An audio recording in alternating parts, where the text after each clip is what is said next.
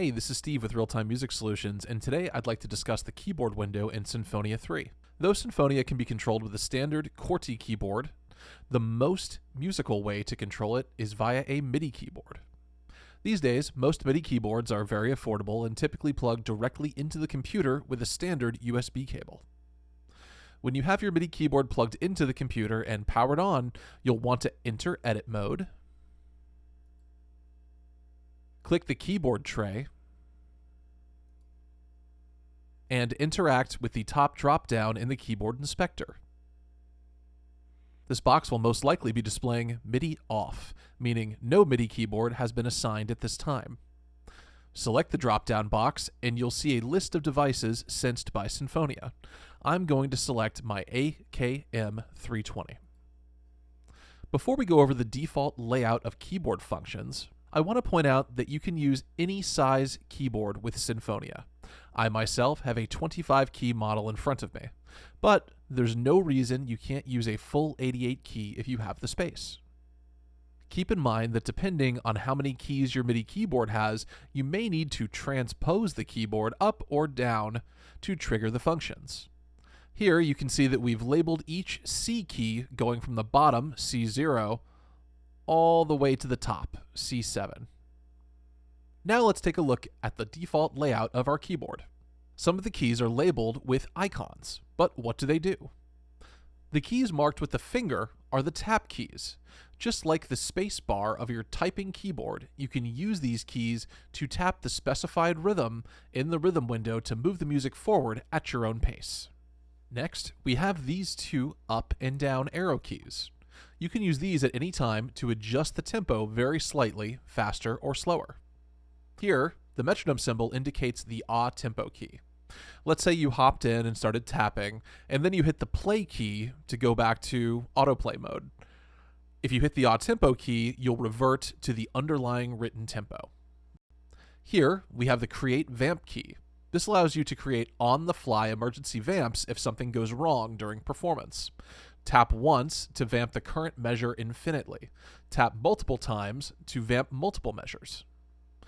Closely related, here we have the exit vamp key.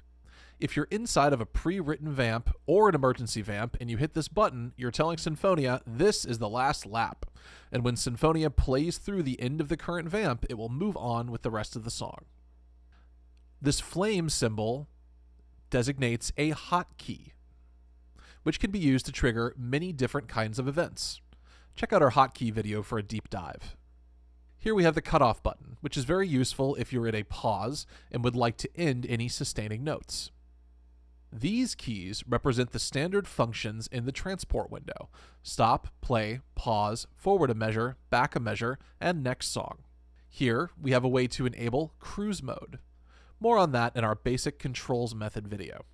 Finally, the MIDI reset button will send an emergency all notes off command to Sinfonia, a quick way to get rid of any hanging notes. Of course, this is just our current default setup, and you're able, as the customer, to customize the assignment of these functions however you see fit. I'm going to go back to edit mode, and you'll see that if I left click and hold any of the keys, I can reassign them. You may find a few functions here that aren't part of the default setup. Clear clears the current key. This icon, which looks like a metronome inside of a play button, is a new function that combines both play and ah tempo into one key. Here, you can create any number of hotkey triggers. This is the previous song function. The hand refers to the playthrough function, which allows you to designate a part of your MIDI keyboard to playing an instrument. More on that in the playthrough video. This is a song reset, which resets navigation events during playback. For example, if you've been jumping around a song and already used up a repeat, hitting this will bring the repeat edit back into place. And finally, the new click function, which allows you to turn on and off metronome click. You'll also notice over here we have plus, minus, and duplicate buttons for the keyboard layout, which means you can create multiple layouts. Perhaps with the second layout, I want to have an entire row of tap keys. Or maybe I want to dig in to the playthrough mode.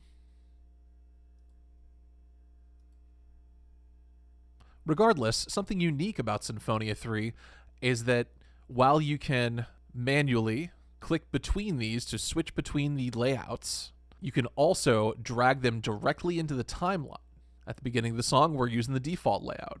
But here at the end of measure 2, we would switch to layout 2. Let's see it in action.